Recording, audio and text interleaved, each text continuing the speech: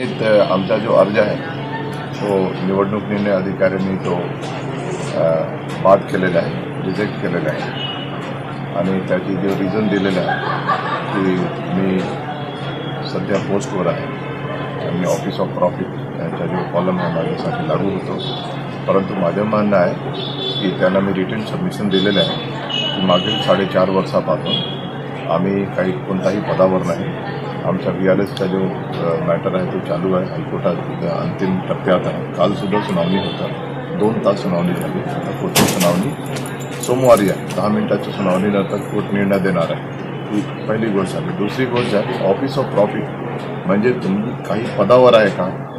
आज आम्ही कोणत्याही पदावर नाही। Am I holding any post today? No.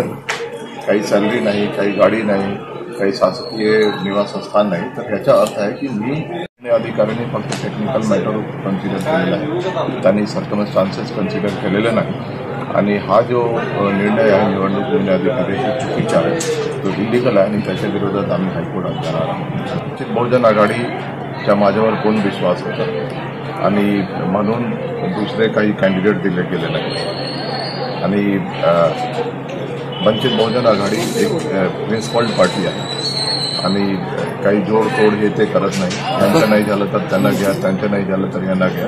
त्यांनी आमच्यावर पूर्णपणे विश्वास दाखवली।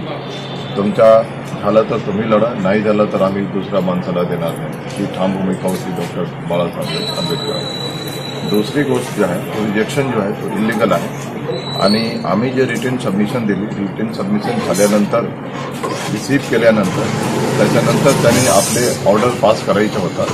निवडणूक निर्णय अधिकाऱ्यांनी आपले जे ऑर्डर आहे आधीपासून ते टाईप करून ठेवले होते। तर आम्ही जो रिटर्न सबमिशन दिलेलं आहे त्याला काही कन्सिडर केलं नाही आणि दुसरी जो आमची जो मागणी आहे ती त्यांनी फक्त टेक्निकल गोष्टी कन्सिडर केल्या, त्यांनी सर्कमस्टान्सेस कन्सिडर केले नाही। तर याच्या